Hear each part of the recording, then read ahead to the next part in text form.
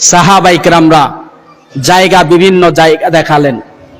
আল্লাহর রাসূল সাল্লাল্লাহু আলাইহি সাল্লাম কোন জায়গা পছন্দ হয় না, এমন একটা মিডল জায়গা পছন্দ হয়েছে যে জায়গাটা সাহাবায়ে কেরামদেরকে দেখালেন, আবু বকরকে দেখালেন, উমরকে দেখালেন, আলীকে দেখালেন, অন্যান্য সাহাবায়ে কেরামদেরকে দেখালেন, দেখো তো এই জায়গাটা কেমন হয়, যদি মসজিদ বানানো হয়।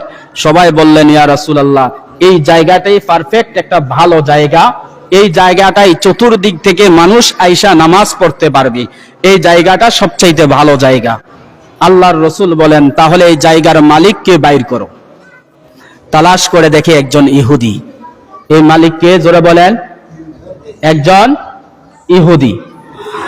আল্লাহর রাসূল ওই ইহুদির কাছে তিনটা প্রস্তাব রাখলেন। এক নম্বরে দিনের কালেমার দাওয়াত দিলেন, হে ভাই ইহুদি, এক নম্বরে তোমার কাছে প্রস্তাব হলো তুমি কালেমা পড়ে মুসলমান হয়ে যাও। দুই নম্বরে প্রস্তাব হলো তুমি মুসলমান হইয়া এই জায়গাটা মসজিদের নামে ওয়াকফ করে দাও। তিন নম্বরে যদি তুমি মসজিদের নামে দান করতে না পারো, তাহলে তিন নম্বর তোমার কাছে প্রস্তাব হলো তুমি এই জায়গাটা মুসলমানদের কাছে মসজিদের জন্য বিক্রি করে দাও। ওই ইহুদি রাগান্বিত হয়ে গেল। ওই ইহুদি ডাক দিয়া বলেন, হে মুহাম্মদ, আমি এই ঈমান আনব না, জায়গা দানও করব না, আমি জায়গাটা বিক্রিও করব না। আল্লাহর রাসূলের এক বুঝানোর উপরেও ইহুদি জায়গা বিক্রি করতে রাজি নন। আল্লাহর রাসূল কষ্ট নিয়া চলে গেলেন। আল্লাহর রাসূলের চোখে পানি টলমল করতেছে। জায়গাটা মুসলমানদের জন্য পারফেক্ট একটা জায়গা, মুসলমানরা এই জায়গায় মসজিদ বানাবেন, আল্লাহর রাসূল নিজের হাত দিয়ে কাজ করবেন, কিন্তু পারতেছেন না। হযরতে আবু বকর চোখের পানি দেখে সহ্য করতে পারে না। আল্লাহর রাসূলের চোখের পানি দেখে আবু বকর দৌড় দিয়ে ইহুদির বাড়িতে চলে যায়।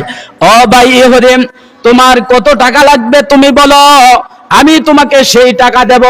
আমার রাসূলের চোখের পানি আমার সহ্য হয় না রে, তুমি তাড়াতাড়ি করে বলো কত টাকা তোমার এই জায়গাটা মসজিদ বানানোর জন্য কত টাকা লাগবে। ওই ইহুদি বলে না, আমি বিক্রি করব না। ও আবু বকর ব্যর্থ হয়ে গেলেন।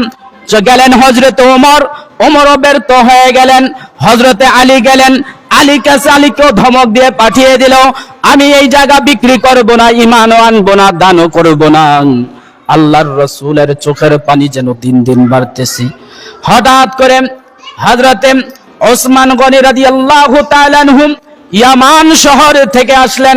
আসার পরে হযরত ওসমান গনি রাদিয়াল্লাহু তাআলা আনহু দেখেন আল্লাহর রাসূল মাথাটা নিচে দিয়ে চোখের পানি টপ টপ করে পড়তেছে। হযরত ওসমান গনির যেন শরীরের ভিতরে আগুন লেগে গেল। আল্লাহর রাসূলকে কে গালি দিয়েছে, কে মেরেছে, কে আঘাত করেছে, কে ধমক দিয়েছে, ওগো আল্লাহর রাসূল তার নাম বলেন, তার গলা দ্বিখণ্ডিত করে ফেলবো। হযরত রাসূল কারীম সাল্লাল্লাহু আলাইহি সাল্লাম বলেন, না না বাবা, আমাকে কেউ গালি দেয় নাই, কেউ ধমক দেয় নাই, কেউ আমাকে কিছু বলে নাই। তাহলে আল্লাহর রাসূল গো আপনি কেন কাঁদতেছেন, কারণ কি? আল্লাহর রাসূল বলেন মসজিদ করার জন্য ওই ইহুদির জায়গাটা আমার খুব বেশি পছন্দ হয়েছে। ওই জায়গাটা পছন্দ হওয়া, নবীর পছন্দ হওয়া মানে কার পছন্দ হওয়া? নবীর পছন্দ হওয়া মানে কার পছন্দ হওয়া? আরো জোরে বলেন, কার? নবীজির পছন্দ হওয়া মানে কার পছন্দ হওয়া? আল্লাহ তাআলার পছন্দ হওয়া। হযরত ওসমান গনি রাদিয়াল্লাহু তাআলা আনহু বলেন, ও আল্লাহর রাসূল ইহুদির বাড়ি কোথায়? বলে অমুক বাড়ি। হযরত ওসমান গনি তার ব্যবসায়িকের মাল নিয়ে বাড়িতে না যাইয়া হযরত ওসমান গনি রাদিয়াল্লাহু তাআলা আনহু সাথে সাথে ব্যবসার মালগুলা ফেলাই দিয়া ওই ইহুদির বাড়িতে চলে গেলেন। ইহুদির বাড়িতে যাইয়া হযরত ওসমান গনি রাদিয়াল্লাহু তাআলা আনহু ডাক দিলেন, ভাই বাড়িতে আসো নাকি? কে? বলে আমি ওসমান গনি। বলে কেন এসেছো? আমি এই জায়গাটা কিনতে চাই, মুসলমানদের মসজিদ হবে, এই জন্য আমি জায়গাটা কিনতে চাই, তুমি কয় টাকা দিবা? তার হাদিসের টিকার মধ্যে লেখে ওই ইহুদি মনে মনে ভাবতেছিলেন কবে হযরতে ওসমান তার কাছে প্রস্তাব নিয়ে যাবে। জোরে কাম সুবহানাল্লাহ। তার মনের মধ্যে একটা কল্পনা ছিল যে আবু বকর গরিব, হযরত ওমরও তেমন ধনী না, হযরতে আলী আরো গরিব, কিন্তু সবচাইতে সাহাবায়ে কিরামদের মধ্যে সবচাইতে ধনী হলেন হযরতে ওসমান গনি। জোরে বলেন, সবচাইতে ধনী কে? ওসমান গনি। ওসমান গনি রাদিয়াল্লাহু তাআলা আনহু একদিন আল্লাহর রাসূলকে বলেন, ও আল্লাহর রাসূল, আল্লাহ যে আমাকে এত সম্পদ দিয়েছে, আমার আর সম্পদের দরকার নাই, এবার সম্পদ কমবে কিভাবে, আমাকে একটা আমল বলে দেন। আমরা তো সম্পদ কি করতে চাই? বাড়াইতে চাই। ওসমান গনি বলেন, সম্পদ কিভাবে কমাইতে চাই এটা বলেন। আল্লাহ রাসূল বলেন, উঁচু জায়গায় বসে বসে খাবার খাবা। কি জায়গায়? কথা বুঝবেন, কি জায়গায়? জোরে বলেন। উঁচু জায়গায়। উঁচু জায়গায় বসে বসে খায়, ওটের উপরে বসে বসে খায়, তো দুই চারটা খাবার, খেজুর, রুটি যদি পড়ে যায়, এটা আবার উঠাইয়া ধুইয়া পরিষ্কার করে হযরত ওসমান গনি রাদিয়াল্লাহু তাআলা আনহু আবার খায়। যেরকম সুবহানাল্লাহ। আমরা তো কত খাবার নষ্ট করি। আরে ভাই, কোন খাবারের ভিতর আল্লাহ তাআলা বারাকা রেখেছেন, বরকত রেখেছেন। কয়টা ভাতের মধ্যে এক প্লেট ভাত নিলেন, দুই চারটা ভাত যে পড়ে গেল, এই ভাতটা যে পড়ে গেল, হতে তো পারে এই দুই চারটা ভাতের ভিতরেই আল্লাহ বরকত রেখে দিয়েছেন। যে দুই চারটা ভাত আমরা উঠাইলাম না, যে দুই চারটা ভাত এইভাবে ফেলে দিলাম, হতে তো পারে এই দুই চারটা ভাতের মধ্যেই আল্লাহ কি রাখছেন? বরকত রাখছেন। কি রাখছেন? বরকত রাখছেন। হযরত ওসমান রাদিয়াল্লাহু তাআলা আনহু উঁচু জায়গায় খায়, কিন্তু আগের চাইতে ডবল সম্পদ বাড়তেছে। সুবহানাল্লাহ। আর আস্তে কোন? আগামী সপ্তাহে হুজুর সাহেব সুবহানাল্লাহ বললেন, সম্পদ কি হইতেছে বাবা? বাড়তেছে। ওসমান গনি আবার দৌড়িয়া রাসূলুল্লাহ আমল দিছেন সম্পদ কমানোর জন্য, কিন্তু এখন তো সম্পদ আরো বাড়ছে। আল্লাহর রাসূল জিজ্ঞেস করে, ওসমান, তুমি যে উঁচু জায়গার মধ্যে খাবার খাও, ওই খাবার থেকে কি দুই চারটা খাবার পড়ে না? বলে, হ্যাঁ ইয়া রাসূলুল্লাহ, দুই চারটা তো খাবার পড়ে যায়। বলে, পড়ে যে যায়, ওই খাবারটা কি করো? বলে, ওই খাবারটা ধুয়ে পরিষ্কার করে আবার খেয়ে ফেলি। আল্লাহর রাসূল বলেন, ওসমান, ওই খাবার যদি তুমি যতদিন বাঁচো আর খাইতে থাকো, কিয়ামত পর্যন্ত যদি তোমার হায়াত থাকে, কোনদিন তোমার আর সম্পদ কমবে না।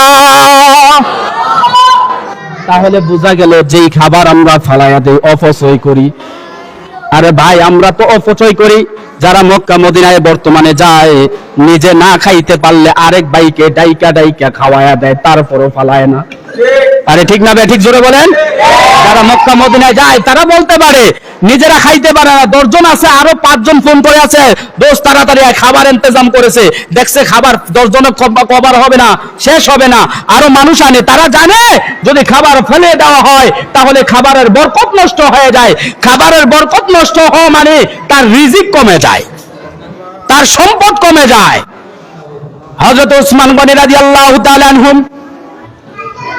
এবার ওই ব্যক্তিকে বললেন, ভাই, তোমার জায়গাটা আমার খুব পছন্দ, নবীজির পছন্দ, কত টাকা হলে বিক্রি করবা বলো? বলে, তুমি কত টাকা দিবা? বলে, আমি তোমাকে জমিনের চাইতে 3 গুণ বেশি সম্পদ দেব। বলে, না, তাও সম্ভব না। বলে, 6 গুণ দেব। তাও সম্ভব নয়। বলে, যা রে যা, আমার স্থাবর যত সম্পত্তি আছে সব সম্পত্তি তোর নামে লিখে দিলাম, আর এই তুই জমিনটা নবীজির নামে লিখে দে। তারা ছিল আশিকের রাসূল। তারা কি ছিল? আর জোরে বলেন, তারা কি ছিল? আরে মুখে মুখে জপি মোরা আশিকের রাসূল, মুখে মুখে জপি মোরা আশিকের রাসূল, মুখে নাই নবীর দাড়ি, মাথায় 1.5 চুল আছে না নাই? মুখে দাড়ি নাই, 3 হাত চুল আছে না নাই? এগুলা আশিকের রাসূল দাবি করে। আর সাহাবায়ে কিরামরা রক্ত দিয়ে দিয়েছেন নবীজির জন্য, তারপরও আশিকের রাসূল লেখে তাদের নামের আগে আশিকের রাসূল নাই। তাহলে ওসমান গনি রাদিয়াল্লাহু তাআলা আনহু নিজের সব সম্পত্তি দিয়া আল্লাহর রাসূলের জায়গা, আল্লাহর রাসূলের জন্য মসজিদ করার জন্য জায়গা কিনে দিয়েছেন। সুবহানাল্লাহ। আচ্ছা, এমন একজন ইমানদার পাওয়া যাবে বলে, হুজুর, আমার বাড়িঘর বিক্রি করে মসজিদ করছি? আছে বাবা এরকম? এখানে না, সারা বাংলাদেশে আসেনি। জোরে বলেন। আশরাফ আলী থানভী রহমাতুল্লাহ আলাইহি লেখেন, এক ব্যক্তি হজে রওনা করছে। কোথায়? হজে। ভারতবর্ষের আগেকার জমানায়, আজ থেকে 100 বছর আগে, 150 বছর আগে পায়ে হেঁটে হজ করতো। 2-4-10 বছর পরে এই ফলাফাইনে উঠলে এটা আশ্চর্য, বিশ্বাস করতো না। আরে ঠিক না? ঠিক জোরে বলেন। মুরব্বী বাবারা আছেন না এমন? দেখছেন না হেঁটে হেঁটে হজ করছে এরকম লোক দেখছেন না কেউ? 150 বছর আগে, 200 বছর আগে পায়ে হেঁটে হেঁটে হজ করতো। ভারতবর্ষ থেকে হজে রওনা করছে পায়ে হেঁটে।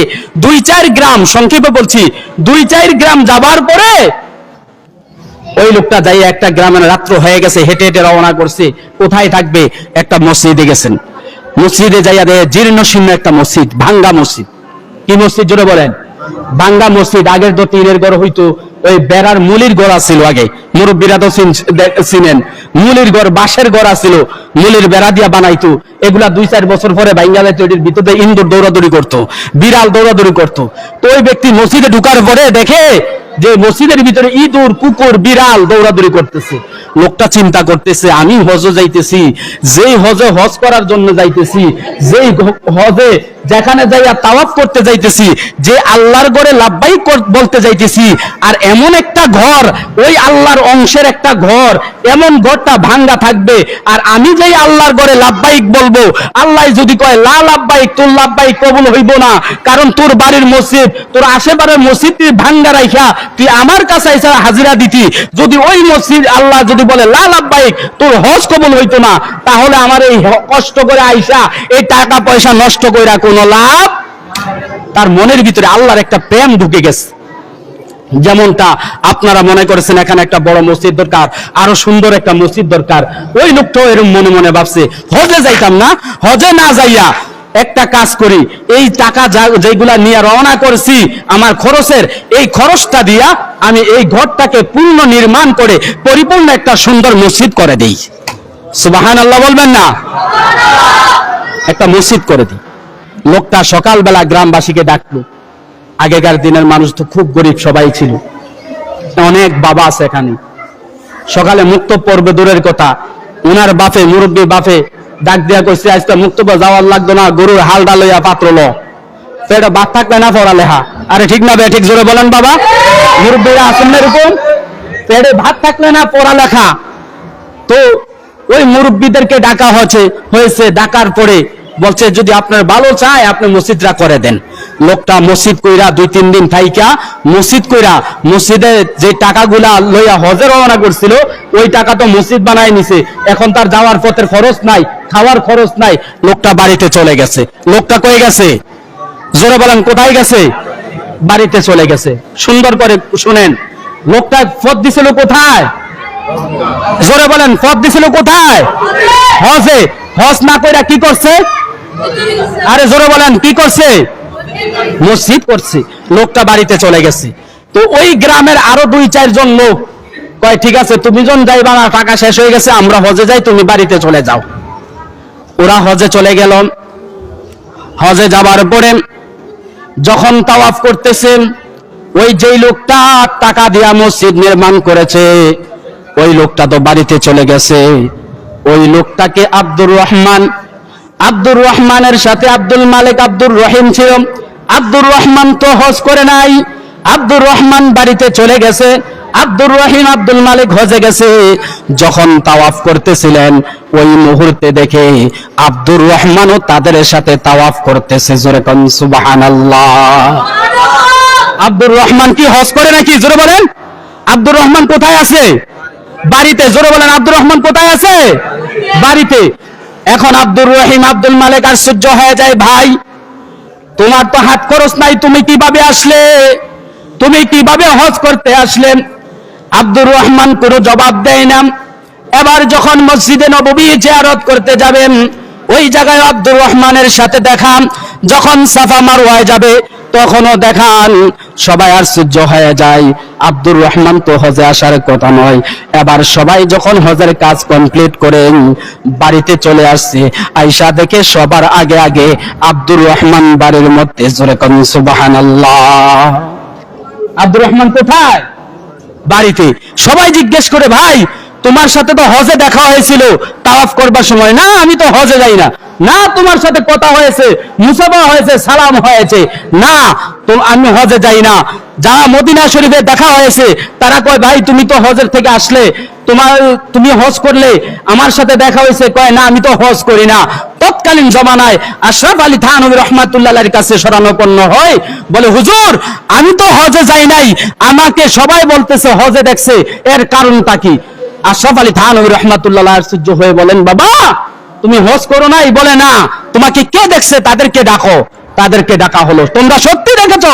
বলে হ্যাঁ হুজুর, আমার সাথে তায়েফে দেখা হয়েছে, মুজদালিফায় দেখা হয়েছে, মদিনা শরীফে দেখা হয়েছে, মুসাফা হয়েছে, মুআনাকা হয়েছে। এরপরও লোকটা বলতেছে হজে যায় না। তখন আশরাফ আলী থানভী রহমাতুল্লাহ বলে, বাবা তুমি এমন কি আমল করেছো আগে বলো, কি আমল করেছো সেটা আগে বলো। আব্দুর রহমান বলে, হুজুর আমি তো কোনো আমল করি না। ফজরের পরে হালটা লইয়া গরুড়ি লইয়া পাত্র নাইমা যাই, আর জোহরে আজান দিলে নামাজটা পড়ি, আসরের নামাজ পড়ি, মাগরিবের নামাজ পড়ি, আমার তো তেমন কোনো আমল নাই। বলতেছে না, তোমার বিশেষ গোপন আমল আছে, সেটা বলো। বলে হুজুর গোপন কোনো আমল নাই। বলে তাহলে 2-4 দিন হজে যাবার আগে কি আমল করেছো? বলে হুজুর হজে যাবার জন্য যে আমল করেছিলাম সেটা হলো, আমার জানা মতে আমি ওই 2-4 গ্রাম যাওয়ার পরে অমুক গ্রামের ভিতরে একটা মসজিদ ভাঙ্গা ছিল, আমি হজের টাকা দিয়া ভাঙ্গা মসজিদটাকে আমি তুলে দিয়েছি, ভাঙ্গা মসজিদটাকে সুন্দর করে নির্মাণ করেছি, এর চাইতে বড় আমল আর কিছু করি নাই। তখন হুজুর বলে, বাবা আমার রসুলের হাদিসের সাথে আমার মিলে গেছে। আল্লাহর রসুল বলেন, এরকম বহু নজির আছে, সাহাবাই কেরামরা হজে যায় নাই, কিন্তু সাহাবাই কেরামের অবিকল চেহারা বানাইয়া আল্লাহ তাআলা ফেরেশতা পাঠাইয়া ওই ব্যক্তির নামে হজ করাইয়া দিয়েছেন। আমার মন সাক্ষী দেয়, তোমাকেও আল্লাহ তাআলা যে হজের টাকা মসজিদে লাগাইছো, আর সেই কারণে আল্লাহ তাআলা তোমার সুরত বানাইয়া ফেরেশতা পাঠাইয়া তোমার হজকে ফেরেশতার মাধ্যমে তোমার চেহারা দিয়া হজ করাইয়া আল্লাহ তাআলা তোমার আমল নামায় ওই কবুলিয়ত হজ দান করে দিয়েছেন। যারা মসজিদ করেছেন এটা স্বাভাবিক না। আল্লাহর রাসূল বলেন, মান বানা লিল্লাহি মাসজিদান বানাল্লাহু লাহু বাইতান ফিল জান্নাহ। আল্লাহর রাসূল বলেন, যেই ব্যক্তি মসজিদ নির্মাণ করবে, আল্লাহর ঘর নির্মাণ করবে, আল্লাহ তাআলা তার জন্য জান্নাতে একটা ঘর নির্মাণ করে দিবেন। যে মসজিদ নির্মাণ করে যারা, তাদের জন্য কি নির্মাণ হবে জান্নাতে? জোরে বলেন, আরো জোরে বলেন। ঘরটা কেমন হবে? আমাদের বর্তমান সরকারের বাড়ির মতো, এই আমেরিকার প্রেসিডেন্টের বাড়ির মতো, হোয়াইট হাউসের মতো? আল্লাহর রাসূল বলেন, মা লা আইনুন রাআত ওয়ালা উযুনুন সামিআত। আল্লাহর নবী বলেন, তোমাকে যেই ঘর দেওয়া হবে ওই ঘর পৃথিবীর কোন মানুষ আদৌ পর্যন্ত চোখে দেখবে তো দূরের কথা, মা লা আইনুন রাআত, চোখে দেখবে তো দূরের কথা, আল্লাহর রাসূল বলেন কোনদিন চোখও দেখে নাই, চোখে দেখবে তো দূরের কথা, অন্তরে পরিকল্পনাও নিতে পারে নাই। এমন ঘর নির্মাণ করে দিবে আল্লাহ তাআলা, যেই ঘরটা পৃথিবীর কোন মানুষ আজও পরিকল্পনাও নিতে পারে। সীমানা হবে কত? আল্লাহর রাসূল বলেন, যার চোখ যত দূর পর্যন্ত যায়, তার ঘরের সীমানা তত দূর পর্যন্ত। আরো জোরে বলেন সুবহানাল্লাহ। আমার ভাইয়েরা, আল্লাহর রাসূল সাল্লাল্লাহু আলাইহি সাল্লামকে সাহাবীরা প্রশ্ন করলেন, ইয়া রাসূলুল্লাহ, দুনিয়ার মধ্যে সবচাইতে খারাপ জায়গা কোথায় আর ভালো জায়গা কোথায়? আমরা কোন জায়গাটাকে ভালো হিসাবে চিনবো আর কোন জায়গাটাকে খারাপ জায়গা হিসাবে চিনবো? আল্লাহর রাসূল বলেন, শাররুল বিকাই আসওয়াকুহা, তোমরা জেনে রাখো দুনিয়ার জমিনের মধ্যে সবচাইতে খারাপ জায়গা হলো বাজার। সবচাইতে খারাপ জায়গা কোথায়? এটা আস্তে কইেন, কারণ সবাই তো বাজারে যায় আড্ডা দিতে হইব, তো এই জন্য আস্তে কইেন। জোরে, সবচাইতে খারাপ জায়গা কোন জায়গা? আরো জোরে বলেন। বাজার সবচাইতে খারাপ জায়গা। ওয়া খায়রুল বিকাই মাসাজিদুহা, আল্লাহর রাসূল বলেন সবচাইতে খারাপ জায়গা হলো বাজার, আর সবচাইতে ভালো জায়গা হলো মসজিদ। এখন বলেন তো, আমরা খারাপ জায়গায় বেশি লোক না ভালো জায়গায় বেশি লোক? আমার কথা মনে হয় বোঝেন না আপনারা, আওয়াজ দেন না। খারাপ জায়গায় বেশি লোক না ভালো জায়গায় বেশি লোক? জোরে বলেন। খারাপ জায়গায় বেশি লোক কি আরে কইতাম নি। আল্লাহর রাসূলকে প্রশ্ন করলেন, ইয়া রাসূলুল্লাহ জান্নাতে যাবে কারা? আল্লাহর রাসূল বলেন, হাজারে একজন। হাজারে কয়জন? জোরে বলেন। তো হাজারে একজন হইলে বাকি থাকে 999। জোরে বলেন, বাকি থাকে কয়জন? 999। এই জন্য 999 বাজারে আড্ডা করে, আর একজন, আরে কথা বলে না, একজন যে জান্নাতে যাবে সেই ব্যক্তি মসজিদে আসবে, আর যে ব্যক্তি জাহান্নামে যেতে চায় বাজারে আড্ডা করবে। আছে না নাই? চার দোকানে বইসা দেখবেন গ্রামগঞ্জের ভিতরে কোনো কাম নাই, তো বাড়িতে আর কি করব, ফুতে বিদেশ থেকে টাকা পাঠায়, ফোলাই কামাই করে বুড়া বাবাই কি করব, বৈশা বৈশা দোকানে বৈশা বৈশা কার ফোলা কি করছে, কার মাইয়া কি করছে, বৈশা বৈশা শুধু গিবাত বলে। আছে না না? আরে আছে না নাই? জোরে বলেন। আপনাদের এই নোয়াপুর, আপনাদের একটা থিওরি দিয়ে যাই, বৃদ্ধ বাবা, যুবক ভাইয়েরাম, এই মাথায় কাজ রাখবাম। মনে করো তোমাদের এই নোয়াপুর কোন এক বাড়ির কোন ছেলে অথবা মেয়ে একটা গুনার কাজ করছে, একটা চুরি করছে একটা ছেলে। এখন যদি বাজারে যাইয়া নোয়াপুরের কোন এক ব্যক্তি যদি বাজারে যাইয়া বলে অমুক ব্যক্তির ফুলে চুরি করছে, আগে বলেন তো আপনাদের এই নোয়াপুরের সম্মান নষ্ট হয়েছে কি হয় নাই? নষ্টটা কি পাশের গ্রামের তারা করছে না নিজের গ্রামের তারা করছে? আমার কথা মনে বোঝেন নাই? এই নষ্টটা যে করলো, যে চুরি করছে তারটা সবাই শুনে নাই, কিন্তু যে অ্যাডভারেজ বাজারে করছে তারটা কিন্তু বাজারে সবাই। তাহলে যে অ্যাডভারেজ করে প্রচার করলো, এই যে প্রচারটা করার কারণে নিজের গ্রামের সম্মান অনেকে নিজের মানুষেরাই করে। জোরে বলেন ঠিক কিনা? এই জন্য মাথায় থিওরি রাখবেন যুবক ভাইয়েরা, বৃদ্ধ বাবারা, কখনো নিজের গ্রামে কোনো কিছু হলে আমরা বাহিরে প্রচার করব না। জোরে বলেন, এই আদা করতে পারবেন সবাই? আরো জোরে বলেন। এটা মাথায় রাখবেন সব সময়, মা বোনের এটা ভালো করে মাথায় রাখবেন। আর মহিলাদেরকে তো বলা লাগে না, হেরা তো ঢোলার আগে বাড়ি শুরু করে দেয়। আরে আছে না নাই? হেরা কিন্তু কারো বেশি ঘরের টিনের ফায়ে দিয়া কান দিয়া রায় কার বউ কি কয়, এই অভ্যাস আছে না নাই? এগুলি ভালো না খারাপ? আরো জোরে বলেন, ভালো না খারাপ? আল্লাহর রাসূল বলেন সবচাইতে খারাপ জায়গা কোথায়? জোরে বলেন। এবার সাহাবীরা বাজার করা বন্ধ। সাহাবীরা কিটা বাজার করা কি বেরিয়েতে যায়, বাজার রাসূলের কাছে বিচার দিছে, ইয়া রাসূলুল্লাহ আপনি নাকি ওয়াজ করছেন বাজারে যাওয়া খারাপ জায়গা। এখন তো 2 দিন স্বামী বাজারে যায় না, খামু কি? আরে বিপদ লাগছে কি লাগে নাই? জোরে বলেন। ইয়া রাসূলুল্লাহ আপনি বলেছেন বাজার সবচেয়ে খারাপ জায়গা, এখন তো আপনার সাহাবীরা বাজারে যায় না, এখন কি করব আমরা? আল্লাহর রাসূল একটা দোয়া শিখাইয়া দিলেন, সাহাবায়ে কিরামদেরকে ডাকলেন, সাহাবীরা দিন তোমরা দোয়াটা পড়বা, আশহাদু আল্লা ইলাহা ইল্লাল্লাহু ওয়াহদাহু লা শারীকা লাহু লাহুল মুলকু ওয়া লাহুল হামদু ইউহয়ি ওয়া ইউমীতু ওয়া হুয়া আলা কুল্লি শাইইন কাদির। যখন তোমরা বাজারে যাবা, বাজারে যাইয়া যদি এই দোয়াটা পড়ো, এই দোয়াটা পড়তে দেরি হবে 10 লক্ষ নেকি লিখতে দেরি হবে না। এবার সাহাবীরার কাজ নাই, এরপরও বাজারে দৌড়। এবার সাহাবীরার কাজ নাই, কি করে? বাজারে যায়। সাহাবীরা একটা দৌড় দিয়ে বাজারে যায়, আবার আরেক দৌড়ে বাজার থেকে আসে। আল্লাহর রাসূল বলে এত পেরেশানি কা? বলে ইয়া রাসূলুল্লাহ একটা দোয়া পড়লে যদি 10 লক্ষ নেকি লেখি হয়, তাহলে বাড়িতে বসে থেকে লাভ কি? গেছি আর আইছি 10 লক্ষ নেকি। সুবহানাল্লাহ বলনা। আমার ভাইয়েরাম, তাহলে সবচাইতে খারাপ জায়গা বাজার, আর সবচাইতে ভালো জায়গা মসজিদ। এই যে মসজিদ যারা করছেন, এই গ্রামের ভিতরে হাসরের ময়দানে যদি 5 ওয়াক্ত নামাজি হয়ে যাইতে পারেন, আল্লাহ তাআলা বলেছেন, আমি যে প্রথম আয়াতটা বলেছিলাম 5টা গুণওয়ালা মানুষ কিন্তু মসজিদ তৈরি করে। কয়টা গুণওয়ালা মানুষ? জোরে বলেন কয়টা? আল্লাহ তাআলা বলেন, ইন্নামা ইয়ামুরু মাসাজিদাল্লাহি মান আমানা বিল্লাহ। আল্লাহ আল্লাহ তাআলা বলেন নিশ্চয়ই তারাই মসজিদ আবাদ করে। ইন্নামা ইয়ামুরু মাসাজিদাল্লাহ, ইয়ামুরু আবাদ, এই আবাদের দুই অর্থ। আল্লাহর রাসূল বলেন, মুহাদ্দিসিনে کرام বলেন দুই অর্থ।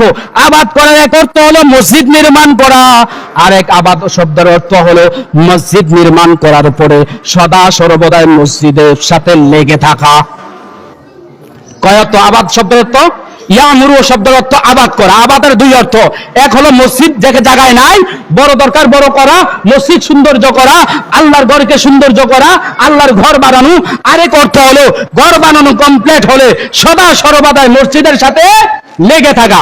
মসজিদের সাথে কি লেগে থাকা, তার মানে ফজরের সময় আসবেন আর এশারের পরে বাইর যাবেন, এটা নি না, 5 ওয়াক্ত নামাজ সময় মতো মসজিদে আদায় করা। এক নাম্বার গুণ। আল্লাহ তাআলা বলেন ওই ব্যক্তি মসজিদ আবাদ করব। ইয়ামুরু মাসাজিদাল্লাহি মান আমানা, এক নম্বরে যারা আল্লাহকে বিশ্বাস করে। আমানা বিল্লাহি, যারা আল্লাহকে বিশ্বাস করে। এখানে আমরা কাকে বিশ্বাস করি জোরে বলেন, আরো জোরে বলেন কাকে? দুই নম্বরে আমানা বিল্লাহি ওয়াল ইয়াউমিল আখির, আখিরাতকে বিশ্বাস করে যারা, পরকালকে বিশ্বাস করবে যারা।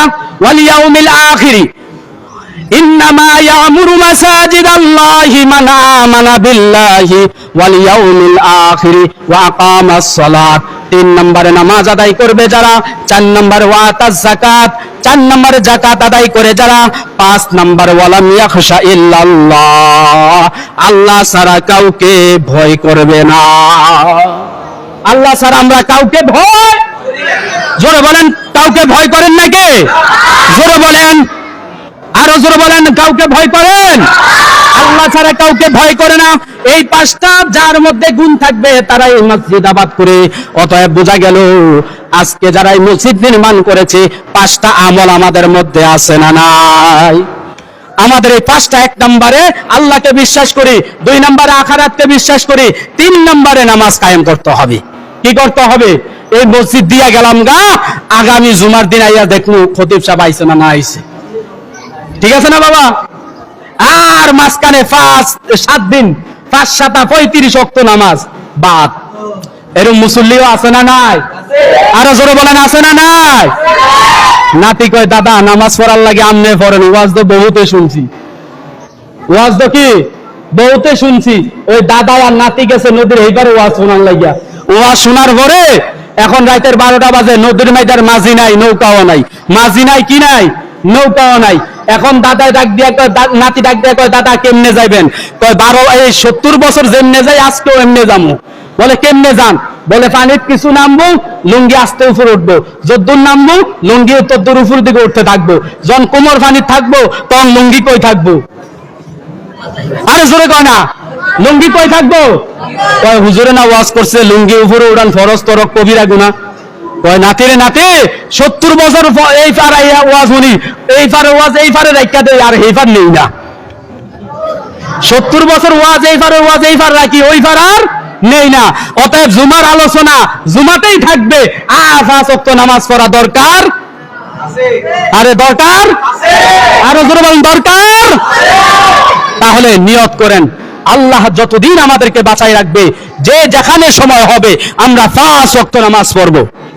জোরে বলেন ইনশাআল্লাহ, আরো জোরে বলেন ইনশাআল্লাহ। ইনশাআল্লাহ কইতে ভয় পায়, কারণ ইনশাআল্লাহ কইলে আল্লাহ নিয়ে আবার কবুল করে লাই 5 ওয়াক্ত নামাজ নিয়ে পড়ুন লাগি, এর লেগে অনেকে ইনশাআল্লাহ কয় না।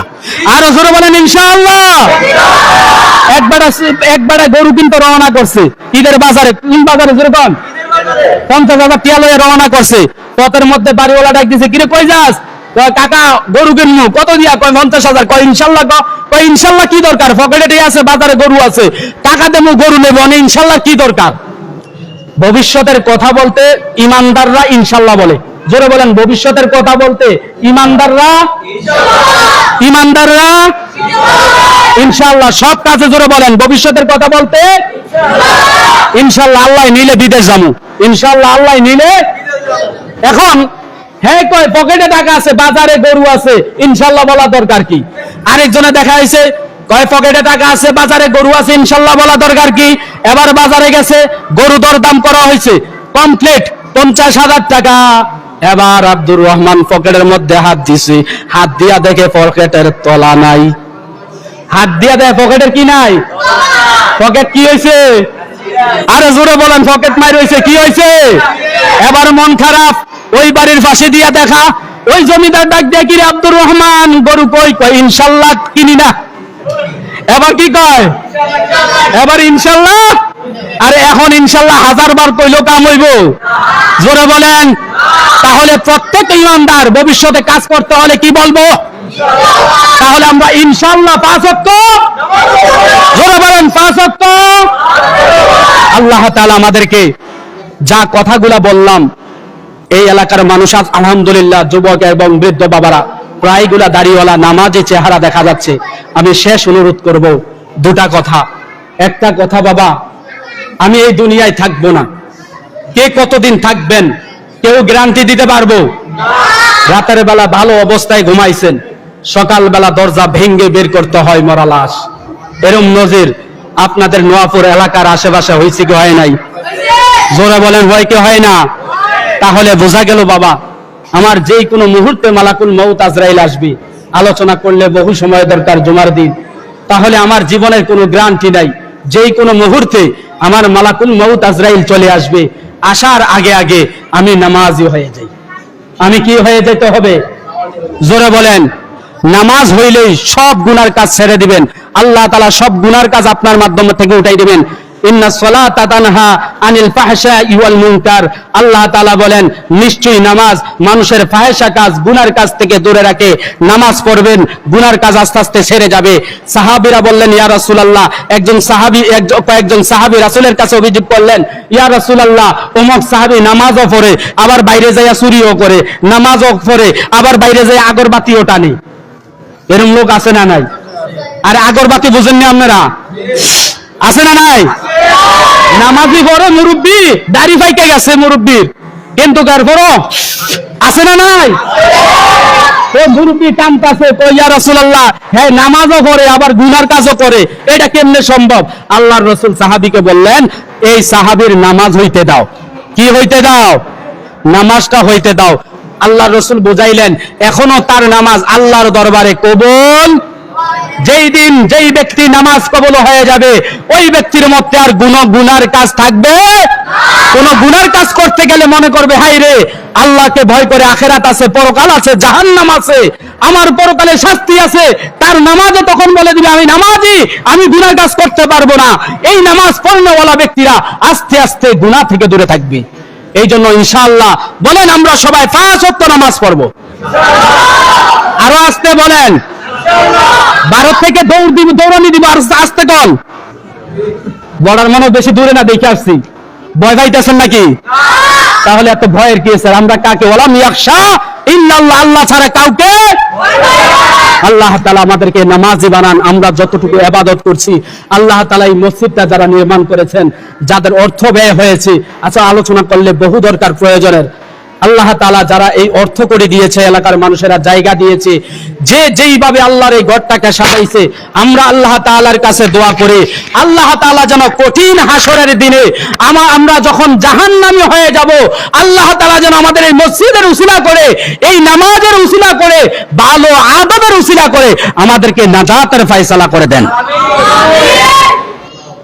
অনেকে মুখে বলেন, আরে আল্লাহ তাআলা আমাদেরকে এই কথাগুলির উপরে আমল করার তৌফিক দান করেন। সকলে বলে আমিন। আমার ভাইয়েরা, এই যে খোলাসা যে কথাগুলি বললাম, মসজিদ নির্মাণ করলেন আল্লাহর রাসূল সর্বপ্রথম মসজিদে কুবা।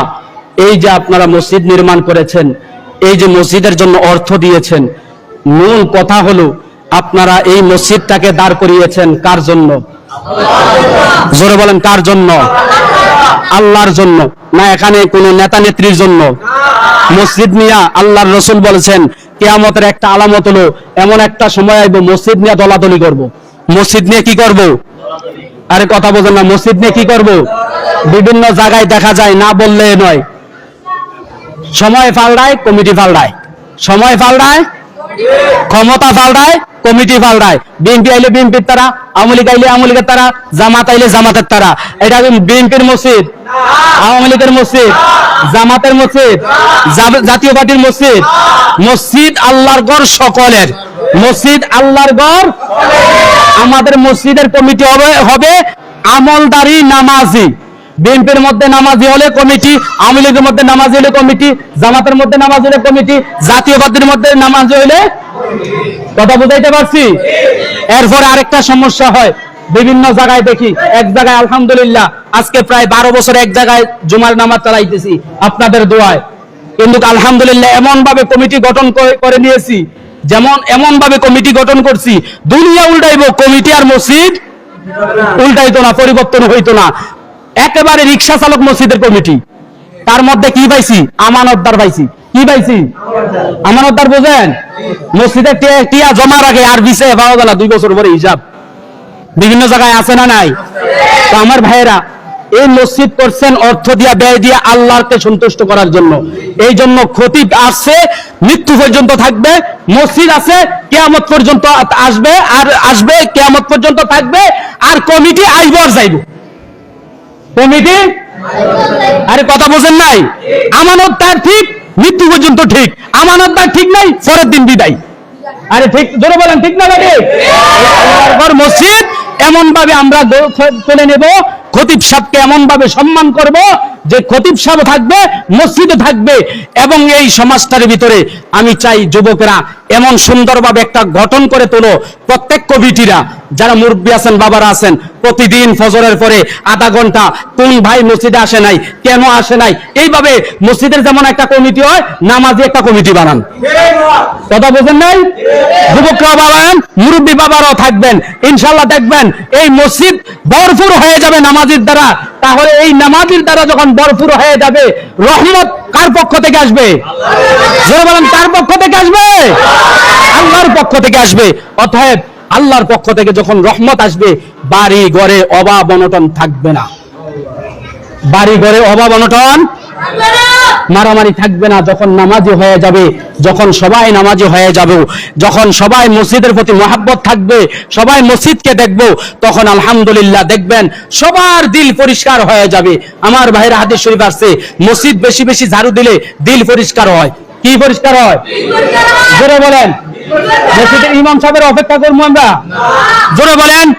ইমাম সাহেব আজকে ছুটিতে গেছে, মসজিদের চেয়ার গু টিকটিকির পায়খানা পড়ে আছে, টাইসটা নষ্ট হয়ে গেছে। এই যে টাইসটা নষ্ট হয়ে যাইতেছে, আমরা কি ইমাম সাহেবকে ধমক দিয়ে বলবো আপনি পরিষ্কার করলেন না কেন? এটা বলা যাবে? আমি দেখছি, আমি ইমানদার, আল্লাহর ঘরের দায়িত্ব আমারও আছে। এটা আল্লাহর ঘর, আমার দিল পরিষ্কার করার জন্য এটাকে একটু টিস্যু দিয়া, একটা ঝাড়ু দিয়া পরিষ্কার করে দেই। আপনি আল্লাহর ঘর পরিষ্কার করে দিয়েছেন, আপনার অন্তর পরিষ্কার করে দিবেন কে? জোরে বলেন। হাদিস শরীফে আছে, কেউ যদি আল্লাহর ঘর মসজিদ থেকে একটা বালি বাইর করে দিছে, কি ময়লা বালু, একটা বালু টাইসের উপর আছে, এটা বাড়ি করে দিছে, আল্লাহ রাসূল বলেন একটা মরা হাতি বাইর করলে যেই সওয়াব বান্দার আমল নামে সেই সওয়াব হবে।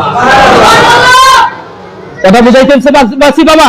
এই জন্য আসুন আল্লাহ তাআলা আমাদেরকে এই কথাগুলোর উপরে মসজিদকে দেখে আমরা এই মসজিদটাকে সুন্দর সাজাইতেছি। এই মসজিদটাকে যেইভাবে সুন্দর হয়, আমরা সবাই ঐক্যবদ্ধভাবে আল্লাহর ঘরকে সুন্দর করব, আরো সুন্দর করব। আল্লাহ যেন এই ঘরকে কবুল করেন কিয়ামত পর্যন্ত। সকলে বলে আমিন। আল্লাহ তাআলা আমাদের সকলকে হায়াতে তৈয়বা দান করেন। এই এলাকার সমস্ত কবরবাসীর কবর আযাব কিয়ামত পর্যন্ত মাফ করে দেন। ওয়া আখিরু দাওয়ানা আলহামদুলিল্লাহি রাব্বিল আলামিন।